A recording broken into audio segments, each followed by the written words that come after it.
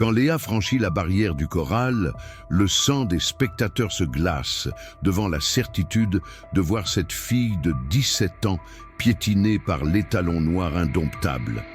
Le maître de Camargue pâlit de rage lorsque l'animal féroce s'incline doucement devant celle que tous méprisaient. Avant de continuer, n'oubliez pas de vous abonner à la chaîne, d'aimer la vidéo et de commenter d'où dans le monde vous regardez. Allons-y.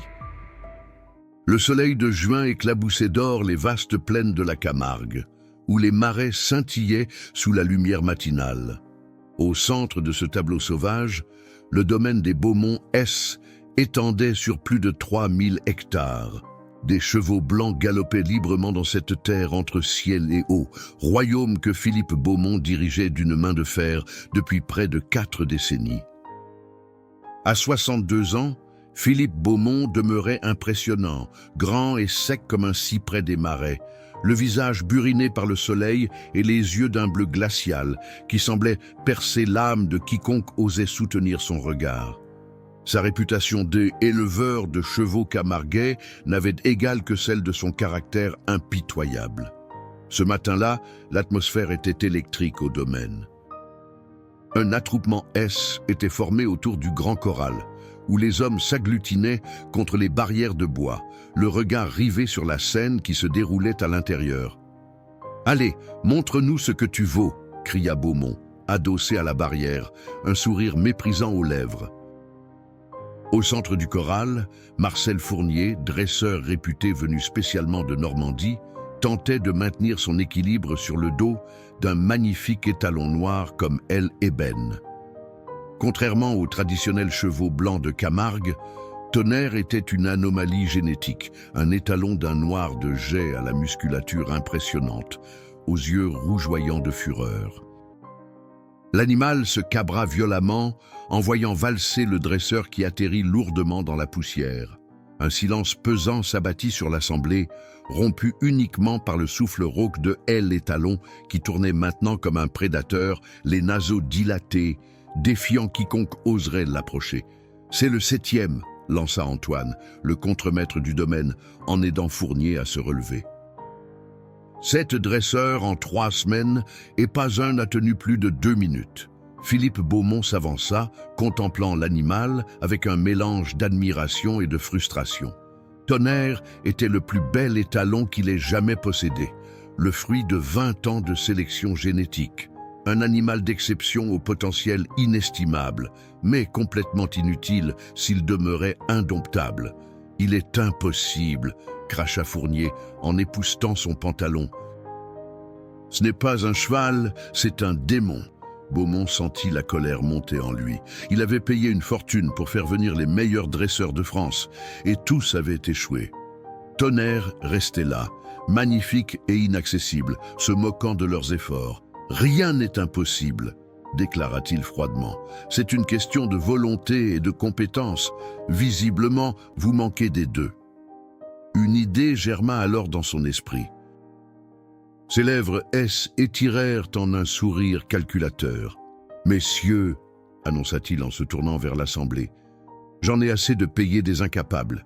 Voici ce que je propose. 50 000 € à celui qui parviendra à dompter Tonnerre. 1 semaine d'essai, pas plus. S'il peut être monté pendant 10 minutes sans désarçonner son cavalier, l'argent est à vous. » Un murmure parcourut la foule. La somme était colossale, mais le défi semblait insurmontable. « Le concours est ouvert à tous, » ajouta Beaumont. « Faites passer le mot. Je veux que la nouvelle se répande dans toute la région. » Antoine s'approcha, l'air inquiet. « Monsieur, vous êtes sûr? Cet étalon a failli tuer Mercier la semaine dernière. »« C'est précisément pourquoi je fais ça, » répliqua Beaumont. « Je veux voir si quelqu'un sur cette terre est capable de maîtriser cette bête. Si personne n'y parvient, je le vendrai pour la viande. » À ces mots, une silhouette se détacha de l'ombre des écuries. Léa Moreau, 17 ans, petite et menue, les cheveux bruns coupés courts et les yeux d'un vert intense, s'avança vers eux. Fille de Claire Moreau, la cuisinière du domaine, elle aidait aux écuries depuis son enfance, travaillant avec une discrétion qui la rendait presque invisible aux yeux du maître des lieux. « Non, dit-elle simplement, sa voix douce mais ferme résonnant dans le silence soudain. Beaumont se tourna lentement vers elle, surpris par cette interruption inattendue. « Je te demande pardon ?» articula-t-il, sa voix dangereusement calme. « Vous ne pouvez pas le tuer », poursuivit Léa, soutenant son regard. « Il n'est pas méchant, juste incompris. » Des rires moqueurs, élevèrent parmi les hommes. Beaumont la dévisagea, oscillant entre l'agacement et l'amusement face à tant d'audace. « Et je suppose que toi, petite bonne à rien, tu comprends ce cheval mieux que des professionnels avec 30 ans d'expérience. » Léa ne sia pas. « Je l'observe tous les jours depuis son arrivée, je le connais. Alors peut-être devrais-tu participer à mon petit concours ?» suggéra Beaumont avec un sourire sardonique. « Montre-nous comment on dompte un étalon sauvage. » La jeune fille ne répondit pas immédiatement, son regard se posant sur Tonnerre, qui s'était calmé et observait la scène, les oreilles dressées. « Peut-être que je le ferai, » murmura-t-elle enfin. Un silence stupéfait s'abattit sur l'assemblée avant qu'une explosion de rire ne résonne dans l'air chaud de la Camargue. « Voyez-vous ça ?» s'exclama Beaumont, les mains sur les hanches, son rire résonnant dans l'air matinal. « La petite bonne femme va nous montrer comment faire. C'est la meilleure de la journée. » Antoine s'approcha de Léa, posant une main protectrice sur son épaule. « Ne fais pas ça, petite. Ce n'est pas un jeu. Cet animal est dangereux. » Mais Léa ne recula pas. Son regard restait fixé sur l'imposant étalon noir qui, était immobilisé, comme s'il écoutait leur conversation. « Si cette gamine veut se faire tuer, c'est son problème », lança Marcel Fournier en frottant son coude endolori. « Au moins, ça nous fera un spectacle divertissant. » Claire Moreau émergea alors de la cuisine, essuyant ses mains sur son tablier. À 42 ans, elle portait les marques d'une vie difficile sur son visage, mais conservait une beauté discrète, accentuée par la douceur de ses yeux. « Qu'est-ce qui se passe ici ?» demanda-t-elle, fronçant les sourcils en voyant sa fille au centre de l'attention. « Votre fille croit pouvoir dresser Tonnerre », répondit Beaumont avec un sourire carnassier. « Apparemment, elle a des talents cachés que tous ces experts ignorent. » Claire pâlit visiblement, secouant la tête. « Léa, viens m'aider à la cuisine, tout de suite. »« Maman, je peux le faire », insista Léa, sa voix à peine audible mais déterminée. « Bien sûr que tu peux », se moqua Beaumont. « Et moi, je peux voler si je bats assez fort des bras. » Les hommes rirent de nouveau, mais leur hilarité fut coupée court lorsque Léa ouvrit la barrière du corral et se glissa à l'intérieur avant que quiconque ne puisse l'arrêter. « Léa !» cria Claire, terrifiée. Tonnerre pivota immédiatement, ses oreilles plaquées en arrière, ses naseaux dilatés. L'assemblée retint son souffle collectivement. Beaumont lui-même se figea, soudain conscient que la plaisanterie avait pris un tour dangereux. Mais contre toute attente, Léa ne s'avança pas vers l'animal. Elle s'accroupit simplement, s'asseyant dans la poussière, les mains posées sur ses genoux, le regard baissé. « Qu'est-ce qu'elle fait ?» murmura quelqu'un. Personne ne répondit. Les secondes s'étirèrent, devenant des minutes. Tonnerre restait immobile, observant cette petite créature qui ne se comportait pas comme les autres humains qu'il avait affrontés. Puis, doucement, Léa commença à fredonner. Une mélodie simple, presque enfantine. L'étalon inclina la tête, ses oreilles se redressant lentement. « C'est un miracle qu'il ne l'ait pas encore piétiné », chuchota Antoine. « Donnez-lui le temps », répliqua Fournier, amer. Mais quelque chose d'extraordinaire se produisit. Après plusieurs minutes d'immobilité, Tonnerre fit un pas vers Léa, puis un autre. Chaque mouvement était lent, méfiant, mais il s'approchait. « Impossible », souffla Beaumont. Léa continuait de fredonner, ne bougeant pas, ne regardant toujours pas directement l'animal. Quand Tonnerre fut à moins d'1 mètre d'elle, il s'arrêta, reniflant l'air avec curiosité. Puis, dans un geste d'une lenteur extrême, Léa tendit sa main, paume vers le haut. Non pas pour toucher l'étalon, simplement pour lui offrir son odeur. Le silence était si complet qu'on pouvait entendre le bourdonnement des insectes dans l'herbe haute au-delà du corral. Claire avait porté sa main à sa bouche, les yeux écarquillés par la terreur et l'émerveillement mêlés. Et alors, Tonnerre fit l'impensable. Il baissa son museau et renifla la main de Léa. « Nom de Dieu !» murmura Fournier. Beaumont s'agrippa à la barrière, son visage oscillant entre incrédulité et fascination. « Personne ne bouge !» ordonna-t-il à voix basse. « Personne ne parle !» Dans le corral, une connexion invisible semblait se tisser. Léa leva enfin les yeux, rencontrant le regard de Elle et Talon. Elle ne souriait pas, ne parlait pas, communiquant simplement à travers ce regard d'une intensité rare. « Comment fait-elle ça ?» demanda quelqu'un. « Elle lui parle », répondit Claire, sa voix tremblante de émotion. Pas avec des mots, mais avec son âme. Beaumont lui jeta un regard irrité. « Ne soyez pas ridicule. Ce n'est qu'une coïncidence. L'animal est fatigué après avoir désarçonné Fournier. » Mais ces paroles sonnaient creux face à ce qu'ils observaient tous, car maintenant, Léa S. était lentement relevée et Tonnerre n'avait pas reculé. Il restait là, majestueux et immobile, toute son attention focalisée sur cette frêle silhouette humaine. Il n'a jamais laissé quelqu'un s'approcher aussi près sans attaquer, admit Antoine, stupéfait. Léa tendit sa main, touchant délicatement le museau de l'étalon. Un frisson parcourut le puissant animal, mais il ne recula pas, ne montra aucun signe d'agressivité. « Très bien !» lança Beaumont, retrouvant sa contenance. « Elle peut le toucher. » C'est impressionnant, mais loin de ce que j'ai demandé. Le défi est de le monter pendant 10 minutes. Comme si elle l'avait entendu, Léa S. écarta doucement de Tonnerre et revint vers la barrière. Elle et Talon la suivit du regard, comme intriguée par ce petit être qui ne lui inspirait ni peur ni colère. « Je reviendrai demain », annonça-t-elle simplement en sortant du corral. « Et tu crois que je vais t'autoriser à participer à ce concours ?» demanda Beaumont, méprisant. Léa le regarda droit dans les yeux. « Vous avez dit que C était ouvert à tous. Tu n'es qu'une enfant. J'ai 17 ans et je suis la seule qui l'ait laissé l'approcher. » Beaumont hésita, déchiré entre sa parole donnée et l'absurdité de la situation. Finalement, un sourire cruel se dessina sur ses lèvres. « Très bien. Mais tu devras signer une décharge. Si tu te blesses ou pire, ce ne sera pas ma responsabilité. »« Monsieur Beaumont, je vous en prie, » intervint Claire, paniquée. « Ne l'encouragez pas dans cette folie. Ta fille est assez grande pour décider, » répliqua-t-il sèchement. « Et apparemment, elle se croit assez douée pour gagner mon argent. » Qu'elle essaye. La nouvelle du défi lancé par Philippe Beaumont se répandit comme une traînée de poudre dans toute la région. Le soir même, le petit café d'Aigues-Mortes ne parlait que de ça. Des hommes venus des quatre coins de la Camargue débattaient avec animation, certains riant de l'audace de la jeune fille, d'autres pariant déjà sur sa défaite cuisante.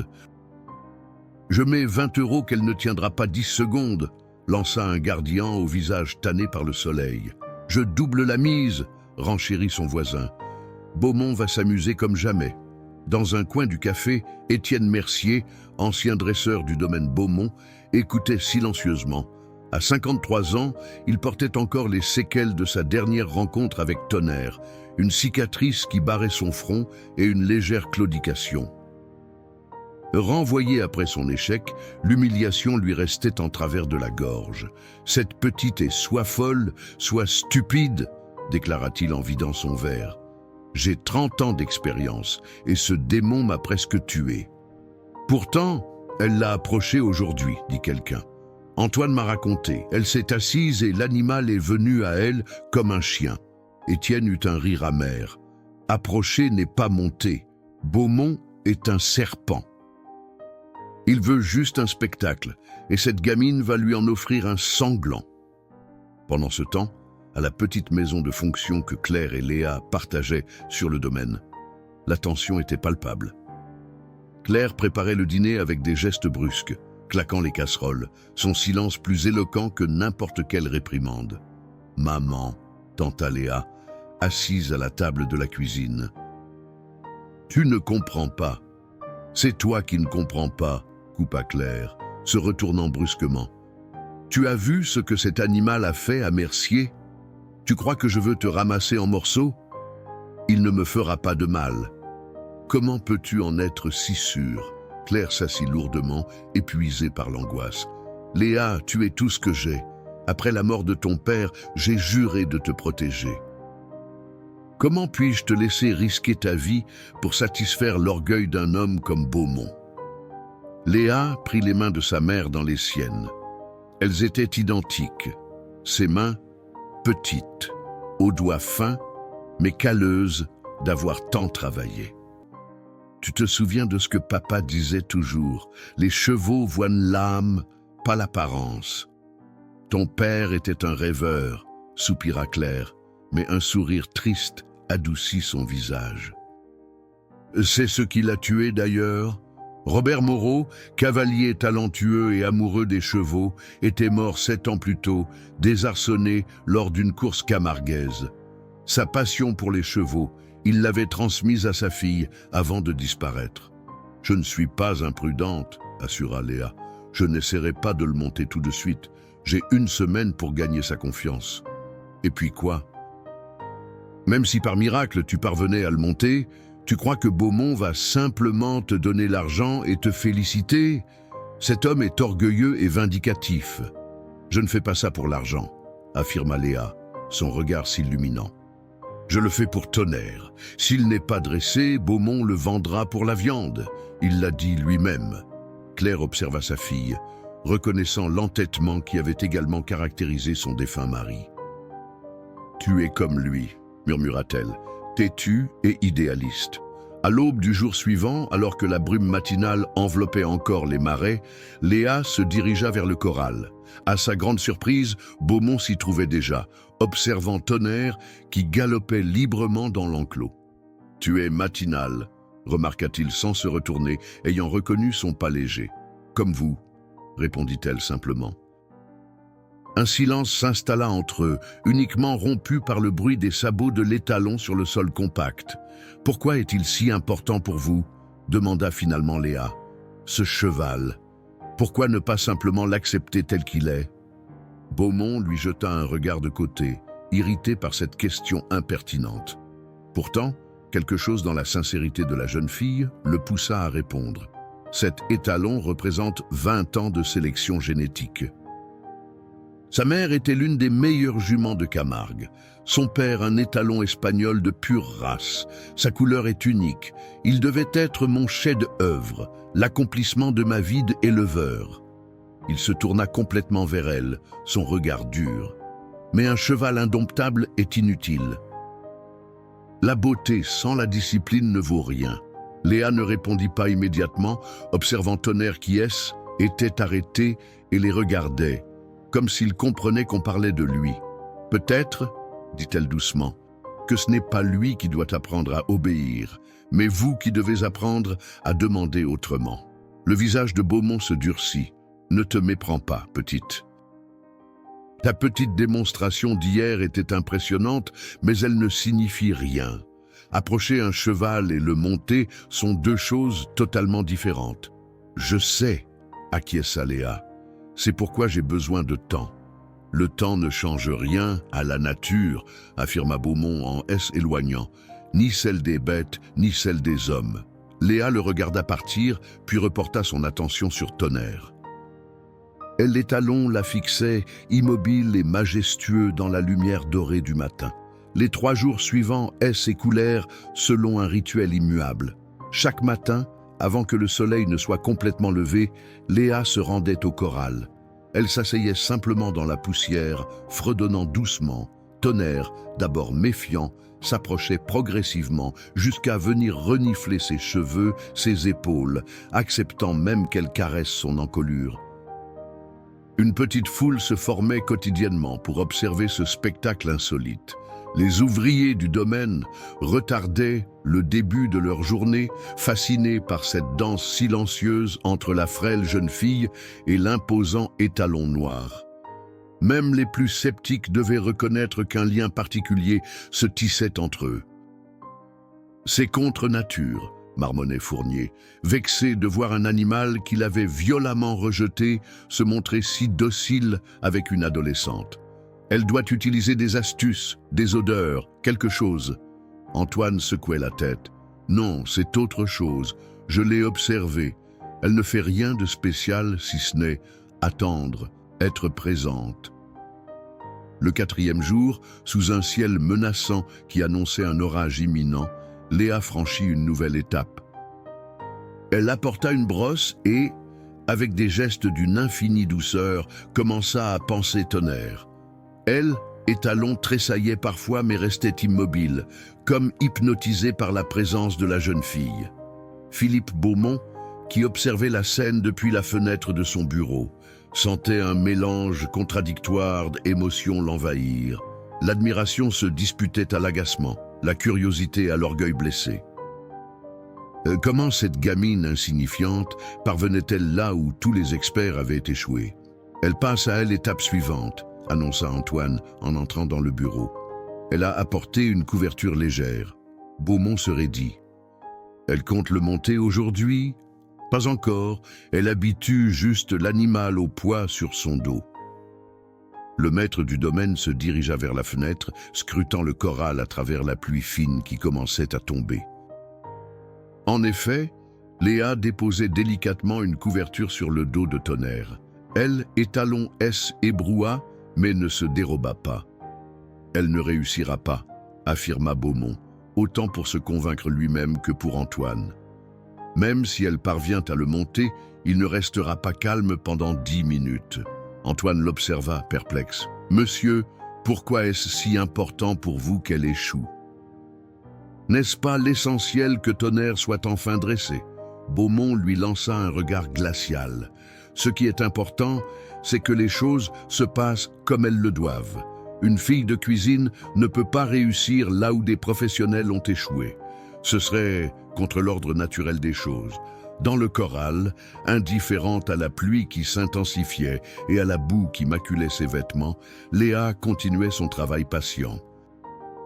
La couverture maintenant fermement attachée, elle encourageait Tonnerre à marcher, à trotter, s'habituant à cette sensation nouvelle. « C'est bien », murmurait-elle, sa voix à peine audible sous le grondement lointain du tonnerre. « Tu es magnifique, tu sais ça, le plus beau cheval que j'ai jamais vu. » Elle, Étalon, semblait boire ses paroles, ses oreilles constamment orientées vers elle, attentif au moindre de ses mouvements. Ce soir-là, trempée jusqu'aux os mais rayonnante, Léa entra dans la cuisine où sa mère préparait le dîner. Claire l'examina d'un œil critique. « Tu vas attraper la mort !» gronda-t-elle, mais sa voix trahissait plus d'inquiétude que de colère. « Et tu as encore 2 jours avant la date limite. Beaumont ne t'accordera pas de délai si tu tombes malade. »« Je suis prête », annonça Léa en se séchant les cheveux avec une serviette. « Demain, je vais le monter. » Claire laissa tomber la cuillère qu'elle tenait. « Demain? Mais tu n'as même pas essayé avec une selle. » « Il n'en aura pas besoin. Les selles le rendent nerveux, c'est l'odeur du cuir. J'ai observé sa réaction quand Fournier a essayé. » Claire s'assit lourdement, secouant la tête d'incrédulité. « Comment peux-tu savoir toutes ces choses? Comment peux-tu être si sûre ?» Léa haussa les épaules, incapable d'expliquer cette connexion qu'elle ressentait. C'est comme si je pouvais lire ses pensées, ou plutôt ses émotions. Je sais quand il a peur, quand il est curieux, quand il est en colère, et tu n'as pas peur. Léa réfléchit un instant. « Non, » dit-elle finalement. « Pas de lui. J'ai peur de décevoir, de ne pas être à la hauteur de ce qu'il attend de moi. Mais je n'ai pas peur de Tonnerre lui-même. » À cet instant, quelqu'un frappa à la porte. Claire alla ouvrir et se figea en découvrant Philippe Beaumont sur le seuil, imposant dans son imperméable ruisselant de pluie. « Monsieur ?» balbutia-t-elle, surprise par cette visite inattendue. « Je dois parler à votre fille » déclara-t-il abruptement, entrant sans attendre d'y être invité. Léa se leva, soudain tendue. « Oh, qu'y a-t-il » Beaumont la fixa intensément, cherchant dans ce visage juvénile la clé de son incompréhensible réussite. Je viens te faire une proposition, annonça-t-il. 10 000 €. Maintenant, en échange, tu abandonnes ce défi ridicule. Claire étouffa une exclamation de surprise. Léa, elle, ne scia pas. Pourquoi ? Demanda-t-elle simplement. Parce que c'est dangereux et que je ne veux pas avoir ta mort sur la conscience, répondit-il sèchement. Non, répliqua Léa, secouant la tête. La vraie raison. Les yeux bleus de Beaumont se durcirent. La vraie raison est que je ne veux pas voir mon domaine devenir la risée de la région quand une fillette aura réussi là où des professionnels ont échoué. Un silence pesant s'installa.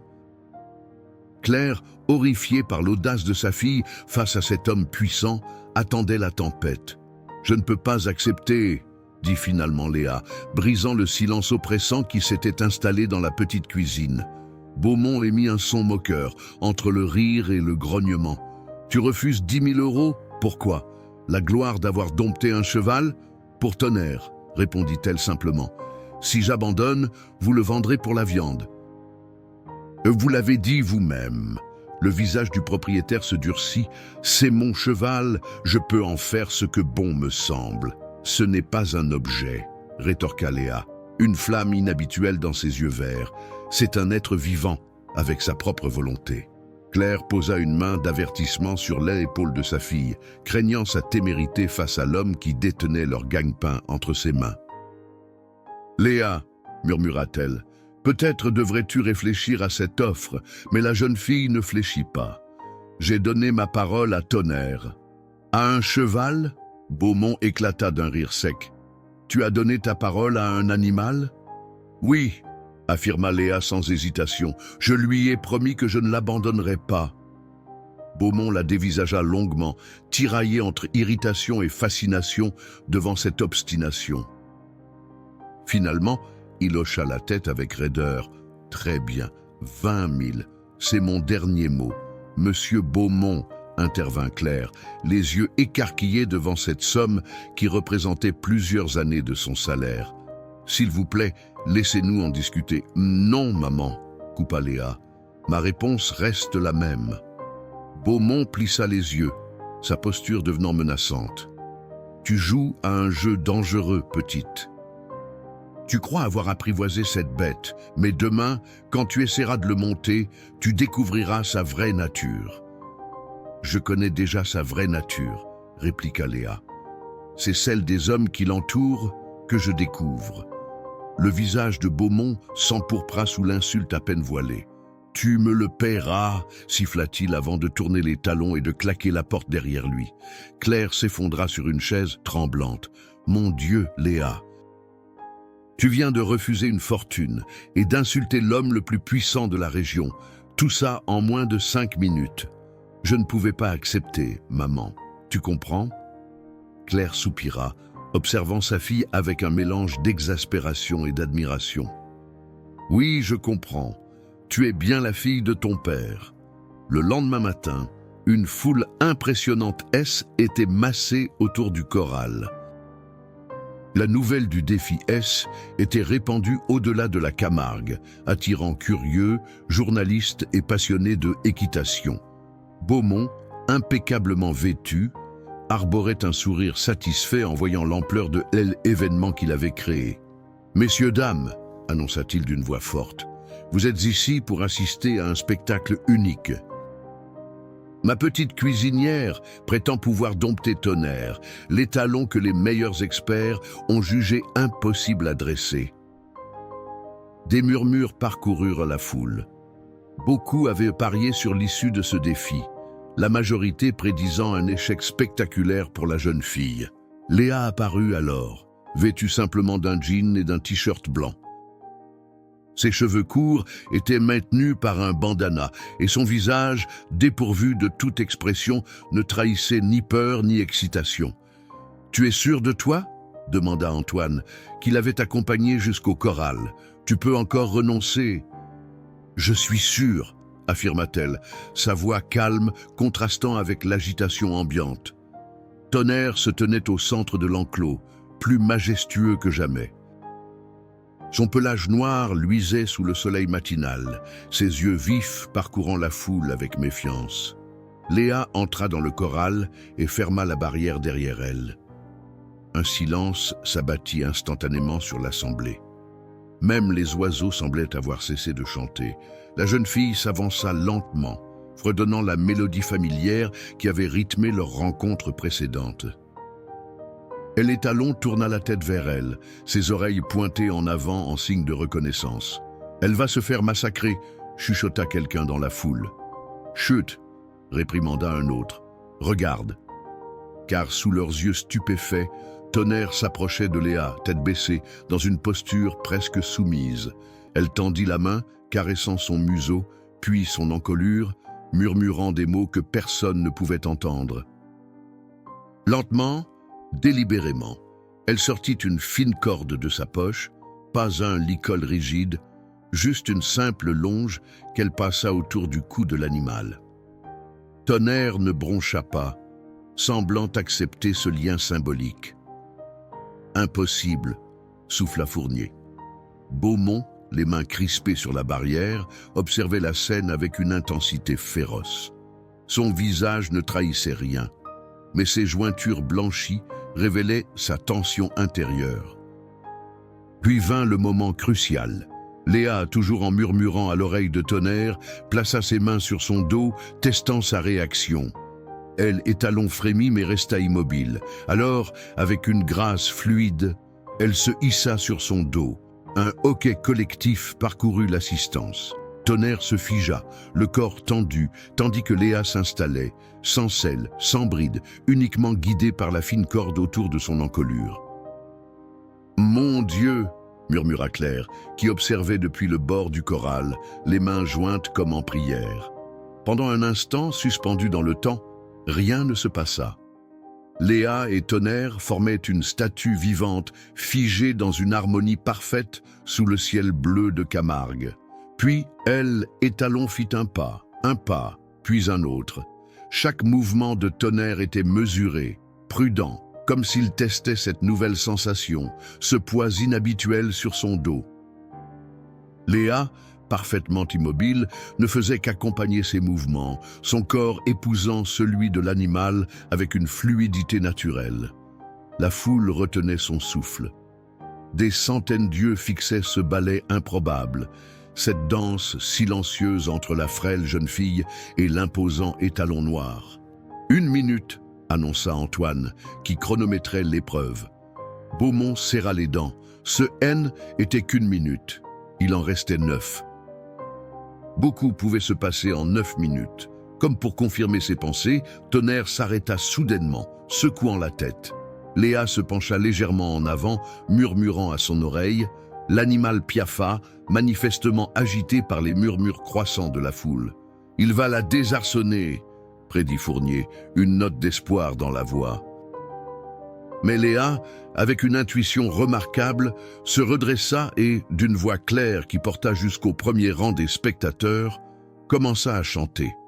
Ce N n'était pas le fredonnement habituel, mais une véritable mélodie, une chanson en provençal que sa grand-mère lui avait apprise, un air ancien qui parlait de chevaux sauvages galopant dans les marais.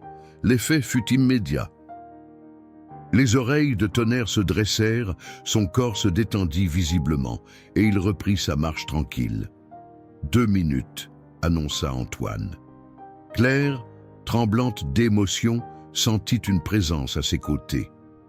C était Étienne Mercier, l'ancien dresseur blessé par Tonnerre, venu assister au spectacle. « Comment fait-elle » demanda-t-il, son regard fixé sur la scène, incrédule.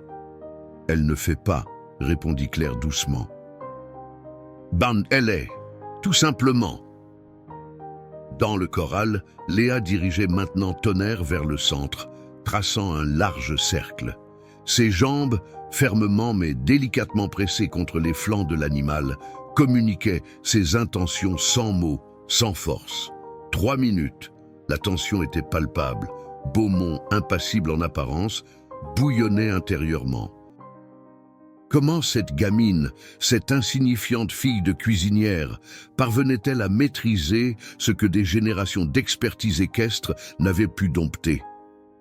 4 minutes, continua Antoine, sa voix trahissant son excitation croissante. C'est alors qu'un incident se produisit. Un photographe, désireux d'obtenir un meilleur angle, fit claquer son appareil juste au moment où il se penchait par-dessus la barrière.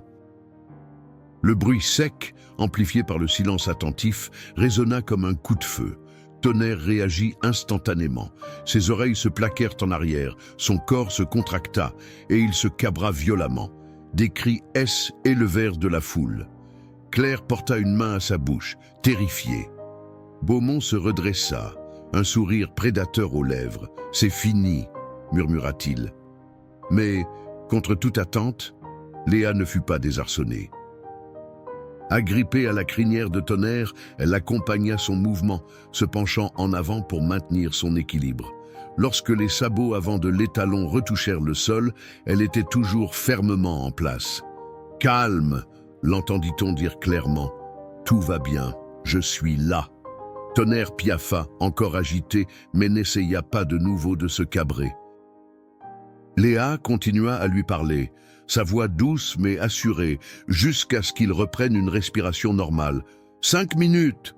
annonça Antoine, sa voix teintée d'admiration. « La moitié du chemin est faite. » Un murmure d'appréciation parcourut la foule.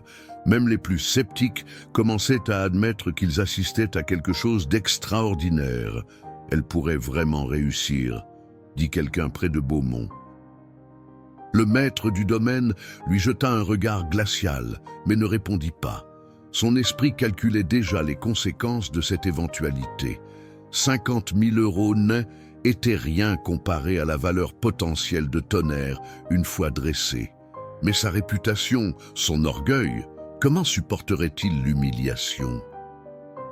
6 minutes. Dans le choral, Léa guidait maintenant Tonnerre dans des figures plus complexes, lui faisant tracer des 8, alternant pas lents et trop légers. Elle, étalon, répondait avec une sensibilité croissante, comme s'il découvrait lui-même le plaisir de cette communion. 7 minutes. La foule commençait à applaudir spontanément à chaque nouvelle figure réussie. Des exclamations admiratives fusaient lorsque Tonnerre exécutait parfaitement un demi-tour ou un arrêt à la seule pression des jambes de Léa. « Elle l'a fait », murmura Claire, des larmes silencieuses roulant sur ses joues. « Elle a vraiment réussi. » 8 minutes, annonça Antoine, incapable de cacher son sourire.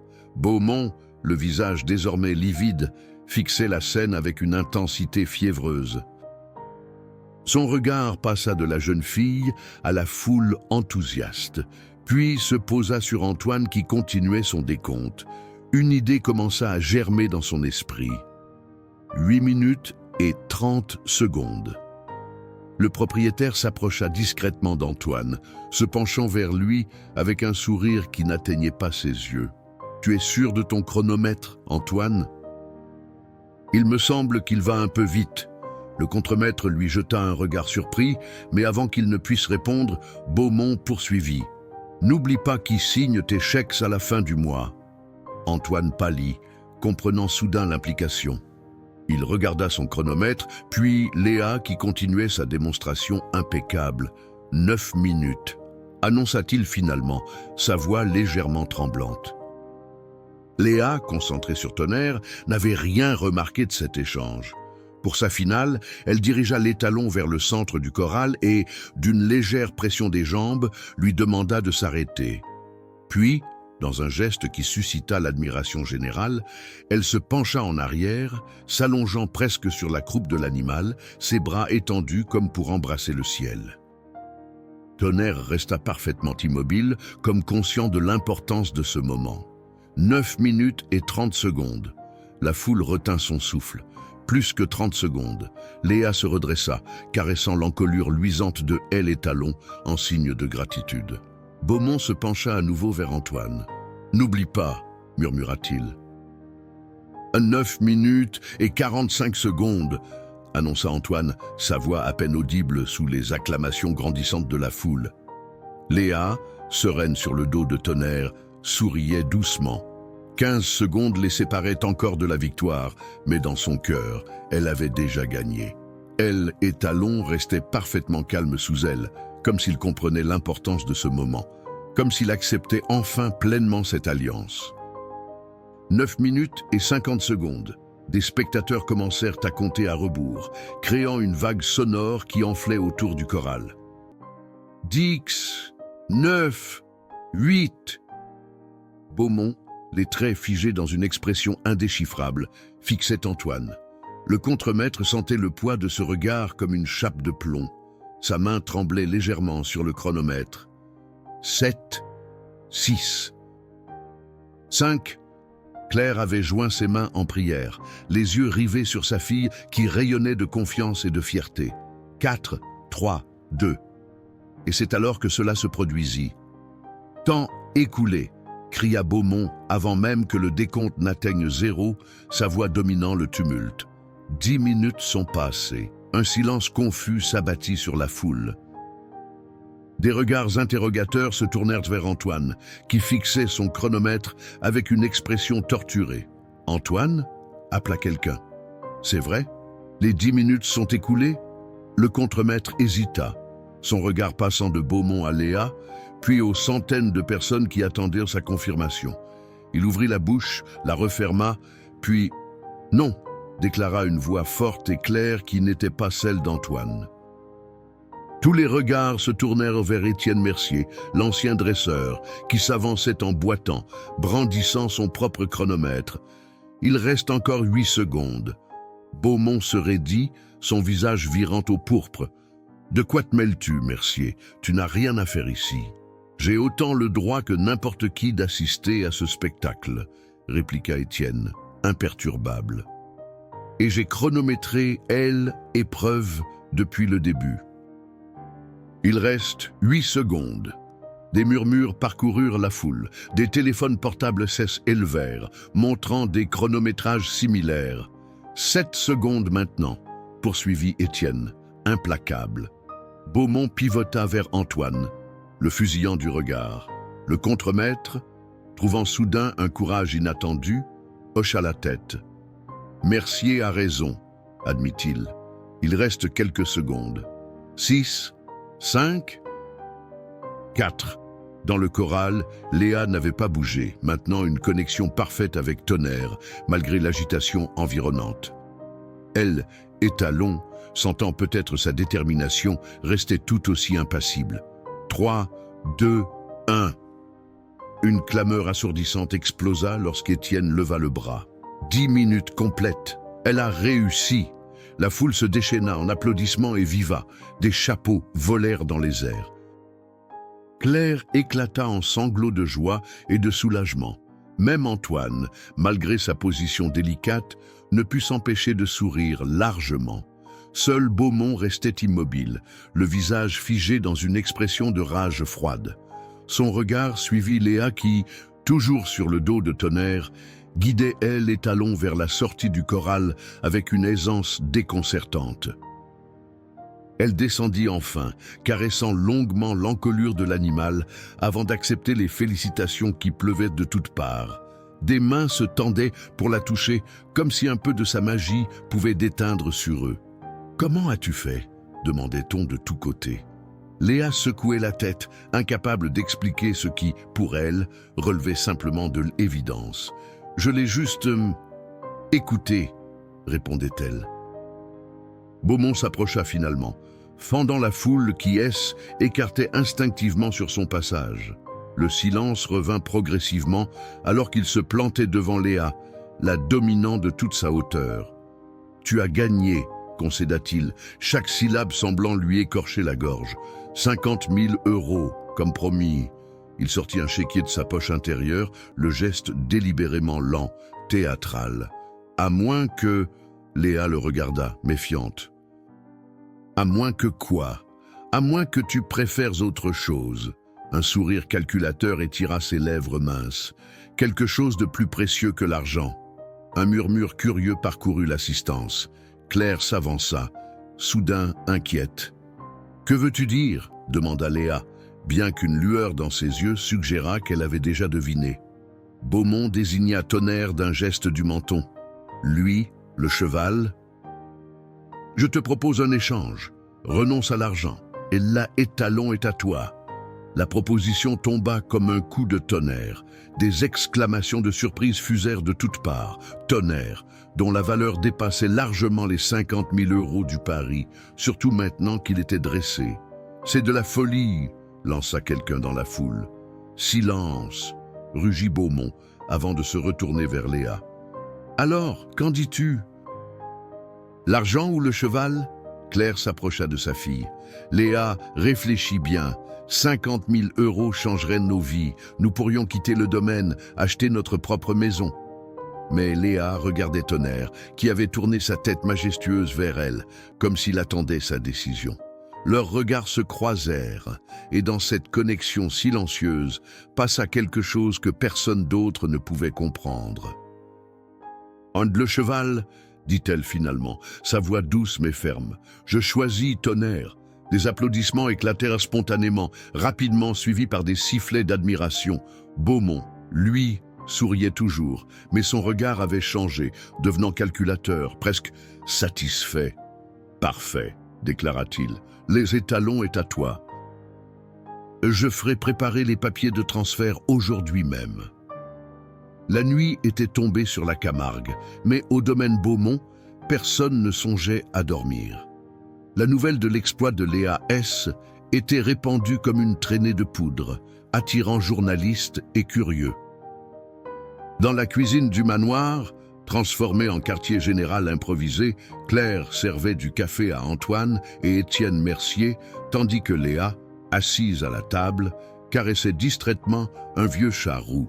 « Je n'arrive toujours pas à y croire, » murmura Claire, secouant la tête. « Ma fille, propriétaire de elle, étalon le plus précieux de Camargue. »« Tu l'as mérité, » affirma Antoine en levant sa tasse. « Ce que tu as fait aujourd'hui, était... » « Magique ?» Léa sourit timidement. « Pas de la magie, juste de la patience et de la confiance. » Étienne Mercier, resté silencieux jusqu'alors, se pencha en avant. « C'est bien plus que ça, petite. J'ai passé ma vie avec les chevaux. Et je n'ai jamais vu une telle connexion. C'est comme si vous partagiez la même âme. » Claire observa l'ancien dresseur avec curiosité. « Monsieur Mercier, pourquoi avez-vous pris notre défense aujourd'hui ?»« Avec le chronomètre, je veux dire. » L'homme haussa les épaules, une grimace tordant brièvement son visage marqué par la cicatrice. « La justice, peut-être, ou la vengeance. Beaumont m'a humilié et renvoyé après l'accident avec Tonnerre. Le voir perdre son pari était satisfaisant. « Merci, » dit simplement Léa. « Sans vous, il aurait triché. » Un silence confortable s'installa, uniquement rompu par le ronronnement du chat et le tic-tac régulier de l'horloge murale. Puis Antoine posa sa tasse, l'air soudain sérieux. « Léa, il y a quelque chose que tu dois savoir à propos de Beaumont et de son offre. » La jeune fille leva les yeux, attentive. « Ce N n'était pas de la générosité, » poursuivit le contremaître. « C était calculé. J'ai surpris une conversation entre lui et son avocat avant l'épreuve. Si tu avais choisi l'argent, il aurait dû payer. Mais avec le cheval, il évite de débourser 50 000 €, compléta Étienne. Malin. Ce n'est pas seulement ça, répliqua Antoine, secouant la tête. Tonnerre est précieux, certes, mais Beaumont savait que tu n'as pas les moyens de l'entretenir. Un cheval comme ça coûte une fortune en nourriture, soins vétérinaires, logement. Claire pâlit, comprenant soudain les implications. Mon Dieu, souffla-t-elle, il a piégé Léa. Exactement, confirma Antoine. Dans 1 mois, quand les factures commenceront à s'accumuler, tu seras forcé de revendre l'étalon. Et qui sera là pour le racheter à prix réduit? Beaumont, murmura Léa, sentant un poids s'installer dans sa poitrine. Ou avec un cheval parfaitement dressé, cette fois, ajouta Étienne. Un vrai coup de maître de sa part. Claire se leva brusquement, faisant sursauter le chat. On peut annuler le transfert, revenir sur l'accord? Prendre l'argent finalement? Antoine secoua la tête. Trop tard, les papiers ont été signés cet après-midi. Légalement, Tonnerre appartient à Léa, maintenant. Un silence pesant s'abattit sur la cuisine. Léa fixait ses mains, son visage reflétant le tourbillon des émotions qui l'agitaient. « Je ne le vendrai pas », déclara-t-elle finalement, sa voix ferme malgré sa douceur habituelle. « Jamais, je trouverai un moyen. »« Quel moyen ?» demanda Claire, désespérée. « Nous avons à peine assez pour nous nourrir nous-mêmes. Je ne sais pas encore. »« Mais je trouverai... » Antoine et Étienne échangèrent un regard, impressionnés par la détermination de la jeune fille. « Il y aurait peut-être une solution, » dit lentement Étienne. « Pas idéale, mais... » Tous les regards se tournèrent vers lui. « Le centre équestre de Sainte-Marie de la Mer cherche un nouveau dresseur, » expliqua-t-il. « Avec ce que tu as montré aujourd'hui, tu pourrais obtenir le poste. Ils offrent le logement sur place et tu pourrais y garder Tonnerre. Un travail de dresseur pour une fille de 17 ans sans diplôme ?» Claire secouait la tête, incrédule. « Impossible, pas impossible », contredit Étienne. « Pas après ce qu'elle a accompli aujourd'hui. Son talent vaut tous les diplômes du monde. » Léa semblait réfléchir intensément. « Ce serait loin d'ici, » murmura-t-elle. « Loin de toi, maman ?» Claire prit les mains de sa fille dans les siennes. « Où que tu ailles, je te suivrai. J'ai passé 15 ans à cuisiner pour Beaumont. Je peux cuisiner ailleurs. » Un nouvel espoir commençait à naître lorsque des coups autoritaires résonnèrent à la porte. Antoine alla ouvrir, révélant Philippe Beaumont lui-même, accompagné de 2 hommes inconnus en costume sombre. « Bonsoir », lança-t-il avec un sourire qui n'atteignait pas ses yeux. « Je ne dérange pas, j'espère. J'ai pensé que notre nouvelle propriétaire des étalons voudrait discuter de certains arrangements pratiques. » Il entra sans attendre d'invitation, examinant la modeste cuisine d'un regard dédaigneux. « J'ai fait quelques calculs, » poursuivit-il, sortant un dossier de sa serviette en cuir. L'entretien mensuel de Tonnerre S élève à environ 2000 €, sans compter les imprévus. Bien sûr, tu peux le garder dans mes écuries, moyennant un loyer raisonnable, disons 1500 € par mois. Claire émit un son étranglé. C'est presque mon salaire entier. Les affaires sont les affaires, répliqua Beaumont avec un haussement des épaules. Mais je suis un homme compréhensif. Si jamais ces charges devenaient trop lourdes, je serais disposé à racheter Tonnerre. Disons 10 000 €. Étienne se leva, furibond. Espèce de vautour. Elle, étalon, vaut 10 fois plus, maintenant qu'il est dressé. Beaumont l'ignora royalement, ses yeux froids fixés sur Léa. Qu'en dis-tu, petite? Tu as jusqu'à la fin de la semaine pour décider.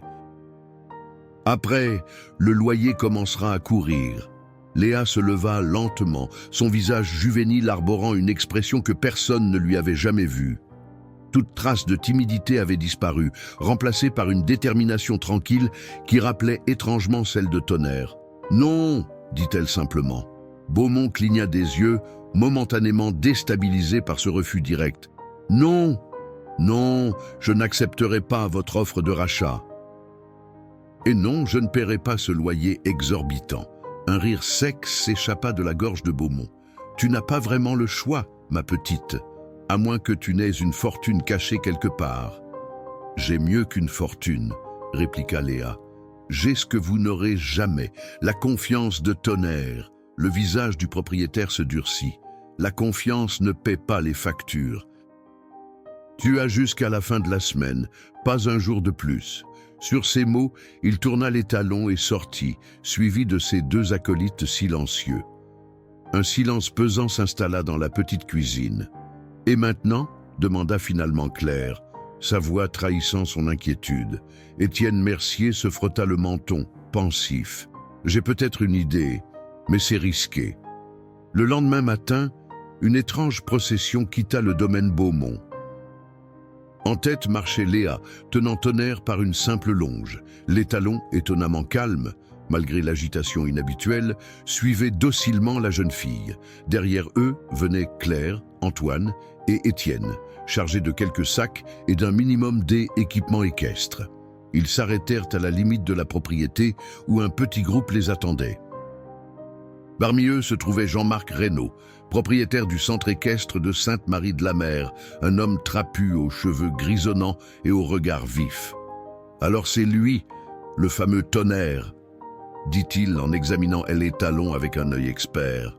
« Impressionnant, et tu dis qu'il n'obéit qu'à toi ?»« Il n'obéit pas, » corrigea doucement Léa. « Il coopère, c'est différent. » Jean-Marc sourit, visiblement séduit par cette nuance. « Étienne m'a beaucoup parlé de toi, petite. Il dit que tu as un don. Que dirais-tu de me le montrer ?» 1 heure plus tard, après une démonstration qui avait laissé Jean-Marc et ses assistants bouche bée, l'affaire était conclue. Léa obtenait un poste d'assistante dresseuse au centre équestre, avec la possibilité d'y loger Tonnerre gratuitement. Claire, quant à elle, serait embauchée comme cuisinière pour le restaurant du centre. « Et c'est une solution temporaire, » précisa Jean-Marc, « mais ça vous donne un toit et un revenu pendant que nous explorons des options plus permanentes. » Alors qu'il finalisait les détails, un Caterpillar 4 noir s'arrêta dans un crissement de pneus. Philippe Beaumont en descendit, le visage déformé par la colère. « Qu'est-ce que c'est que cette histoire ?» aboya-t-il. « Vous ne pouvez pas simplement partir, c'est pourtant ce que nous faisons, » répondit calmement Claire. « J'ai déposé ma lettre de démission sur votre bureau ce matin. Et Tonnerre est ma propriété, » ajouta Léa. « Je peux l'emmener où bon me semble. » Beaumont s'approcha, menaçant. « Tu crois pouvoir t'en sortir si facilement ? Cet étalon représente des années de travail. »« Je ne te laisserai pas, vous ne ferez rien du tout. » intervint Jean-Marc s'interposant. « À moins que vous ne souhaitiez expliquer à tout le monde comment vous avez tenté d'extorquer une mineure ?» Beaumont se figea, jaugeant la situation. Son regard passa de Léa à Tonnerre, puis au petit groupe qui les entourait protectivement. « Très bien, » concéda-t-il finalement, un sourire cruel aux lèvres. « Prends ton cheval. Mais n'oublie pas, un étalon pur sang comme lui vaut une fortune. S'il peut se reproduire. » Le sang de Léa se glaça en comprenant l'implication. Les papiers du transfert de propriété. Elle ne les avait pas lus attentivement, trop euphorique après sa victoire. « Qu'avez-vous fait ?» demanda-t-elle, la voix tremblante pour la première fois. Beaumont sortit un document de sa poche, le brandissant avec satisfaction. Clause restrictive de reproduction.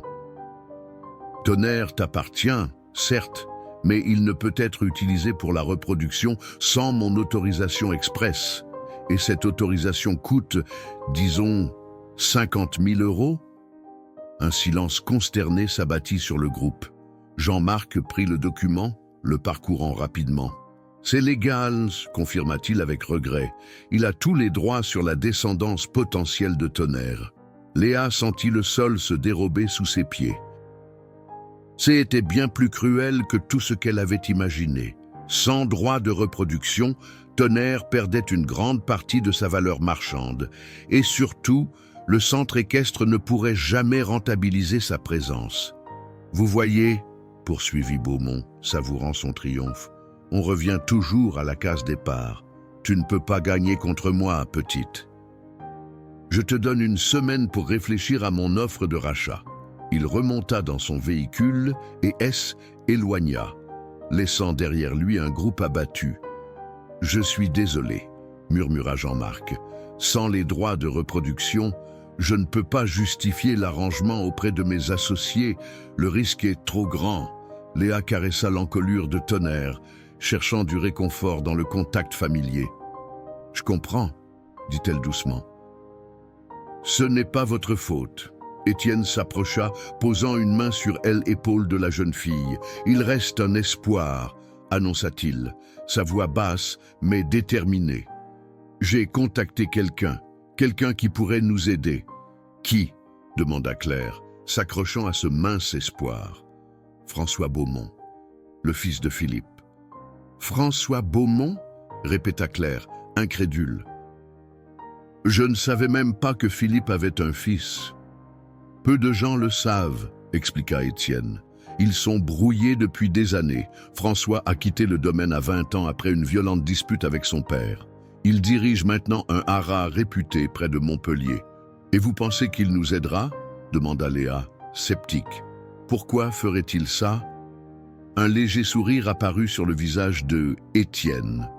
« Disons simplement que François et son père ont des comptes à régler. » 2 jours plus tard, une élégante Jaguar noire s'arrêta devant le modeste hôtel où Léa, Claire et Tonnerre avaient trouvé refuge temporaire.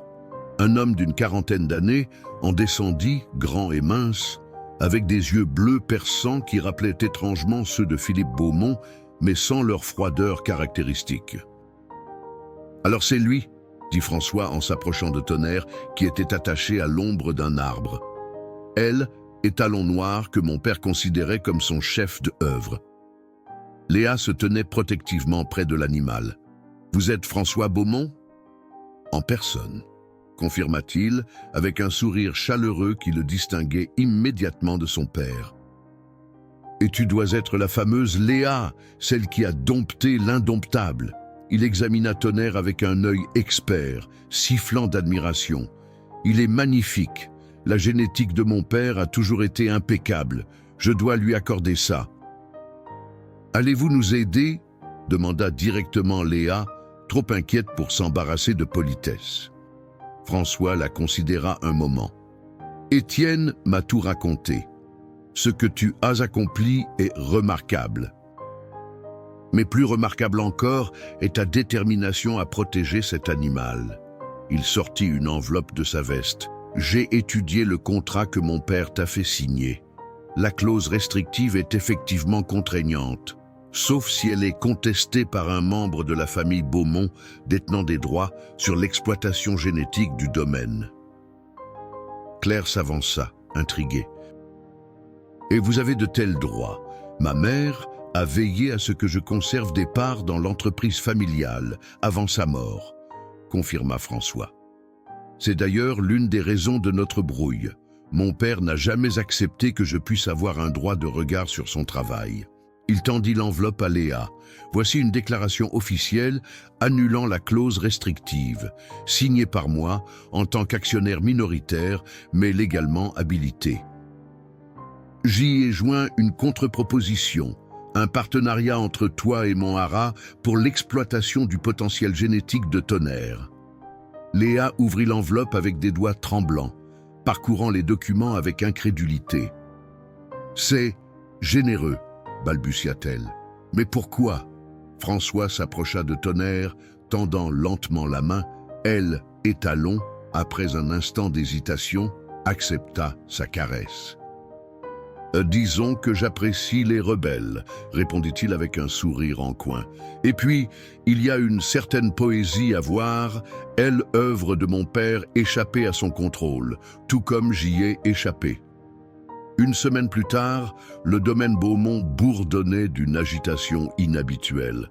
Des camions de presse étaient garés devant l'entrée principale et une foule considérable était rassemblée autour du grand choral. Au centre de l'attention se tenait Léa, montant Tonnerre, avec une grâce qui semblait désormais naturelle. À ses côtés, François Beaumont s'adressait aux journalistes. « C'est avec fierté que j'annonce officiellement la création du Conservatoire du Cheval Camarguais », déclarait-il.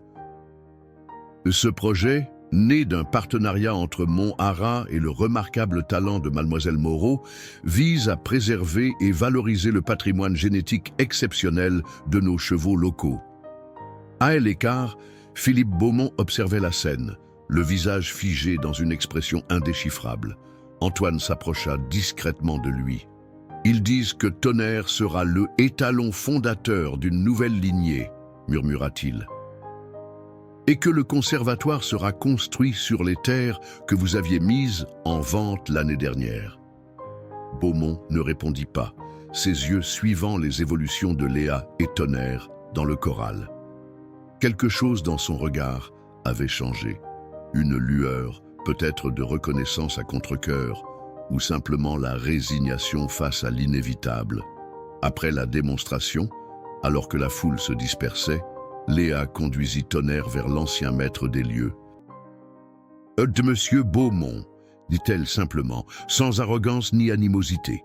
Il la fixa un long moment, puis son regard dériva vers le étalon noir. « Tu as gagné », admit-il finalement, « sur toute la ligne. » « Ce N n'était pas une question de gagner ou de perdre, » répondit Léa. « C était une question de compréhension. » Un sourire inattendu, presque imperceptible, adoucit brièvement les traits sévères de Beaumont. « Tu as peut-être raison, » concéda-t-il.